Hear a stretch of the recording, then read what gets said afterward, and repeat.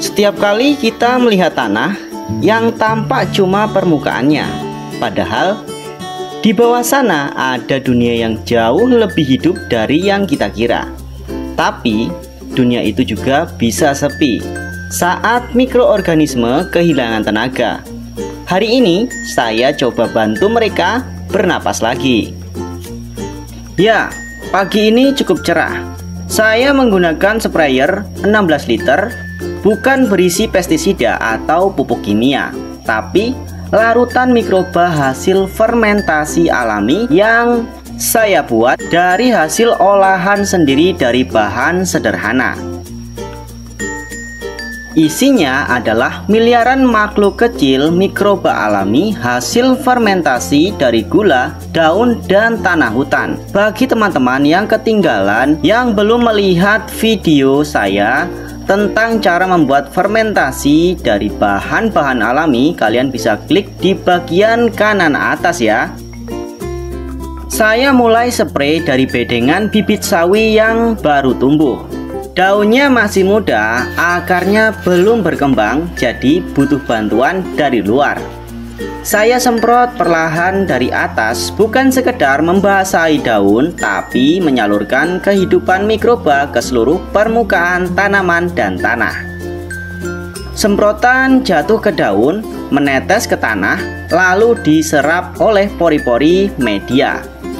Disitulah proses biologinya dimulai. Mikroba dari cairan ini menempel di partikel tanah mencari bahan organik, lalu mulai memecah menjadi senyawa sederhana, yaitu asam organik, enzim, dan nutrisi yang bisa diserap akar.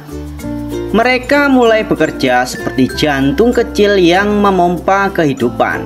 Tak terlihat tapi terasa lewat perubahan aroma tanah dan warna daun hijau alami yang makin tumbuh dan subur. Banyak orang lupa bahwa daun bukan hanya menerima cahaya, tapi juga pintu kehidupan. Lewat spray ini, saya tidak hanya menyiram, tapi memberi makan. Mikroba yang menempel di permukaan daun akan membantu tanaman menyerap nutrisi lebih cepat, sekaligus melindungi tanaman dari jamur yang menyerang diam-diam. Saya lihat dari dekat, daun muda sawi yang awalnya pucat mulai tampak segar setelah beberapa hari. Cahaya matahari pagi membuat sedikit berkilau, seperti lapisan tipis kehidupan baru yang sedang tumbuh di permukaannya. Dan kangkung pun ikut merespon.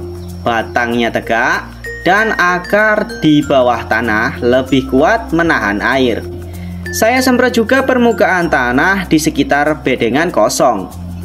Karena meskipun belum ditanami, mikroba tetap butuh tempat untuk berkembang biak. Mereka akan memecah sisa-sisa akar lama, mengubahnya jadi makanan alami untuk tanah yang akan ditanami lagi nanti.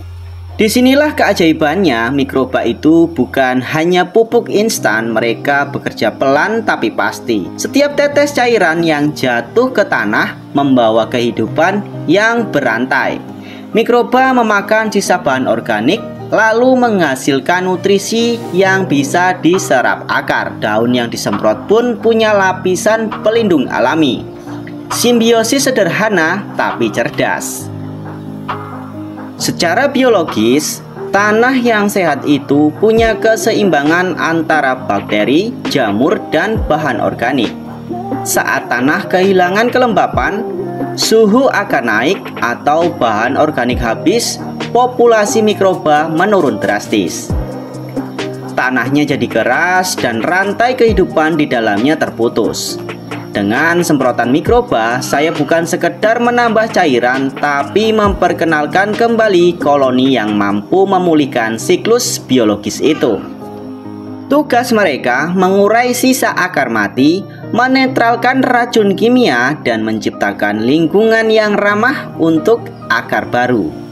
Jadi setiap tetes yang jatuh sebenarnya sedang membangun ulang sistem kehidupan kecil di bawah sana. Inilah yang saya sebut dengan rehabilitasi biologis tanah. Saya semprot semua bagian bedengan sawi, kangkung, kemangi di polybag sampai tanah kosong yang habis dipanen. Bahkan saya semprot area yang sedikit rusak karena dicakar ayam. Saya tahu tidak semua akan langsung pulih dengan cepat, tapi selama mikroba masih aktif, proses perbaikan tanah tidak akan berhenti. Tanah akan menata dirinya sendiri seperti luka yang menutup perlahan dari dalam. Beberapa hari kemudian, kita akan melihat hasilnya dan pasti mulai kelihatan. Dengan proses, tanah yang tadinya keras mulai gembur, lembab, dan beraroma segar khas humus. Akar tanaman tumbuh lebih dalam, daun lebih hijau, dan serangga tanah mulai muncul kembali. Itulah tanda-tanda kehidupan biologis mulai kembali seperti sedia kala. Dari sini saya belajar bahwa tanah bukan benda mati. Dia adalah ekosistem yang bernapas, bereaksi, dan beradaptasi. Kalau kita bantu dia dengan cara yang benar, dia akan memperbaiki dirinya sendiri. Mikroba bukan sekedar makhluk kecil tanpa suara. Mereka adalah arsitek alam yang mengatur ulang keseimbangan energi di setiap lapisan tanah. Dan ketika kita menyemprot mereka dengan niat baik, kita bukan hanya menyuburkan kebun, tapi ikut menjaga kehidupan di bawah permukaan bumi. Inilah biologi yang hidup di depan mata kita. Sederhana tapi luar biasa. Belajar dari alam, berbuat dengan kesadaran, itulah inti dari Bioterra.